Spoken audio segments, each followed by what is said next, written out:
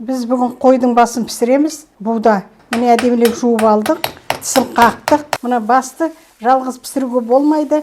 Бастың қасына мінекей бір кішкене ет, басты тұздадық әдемілеп. Қазанға суымызды құйдық, жуа саламыз, алма саламыз, лавр жапырағын саламыз, бұрыш саламыз, мына сельдерей саламыз, бөліп. Міне 2 қасықтай тұз саламыз. Мантаваркының листін саламыз. Міне мына қойдың басы. Қойдың басын жалғыз өзін пісірмейді.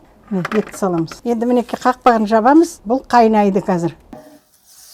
3,5 сағаттай қайнады. Қойдың басын негізі ер азамат әкеледі.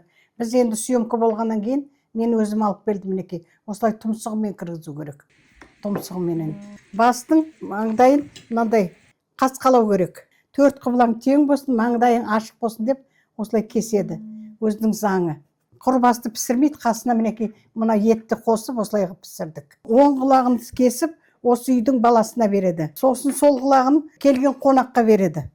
Қонақ бала келсе, қонаққа балаға береді мынаны. Осы әулетке көз болып жүр деп, көзін алып үлкен кісіге береді. Бір көзін өз жейді.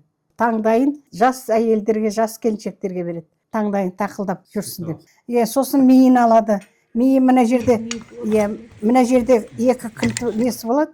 Сол кілтін ашып, ер азаматтар миын алады. Ал енді мен құлағын жеймін. Бісміллә.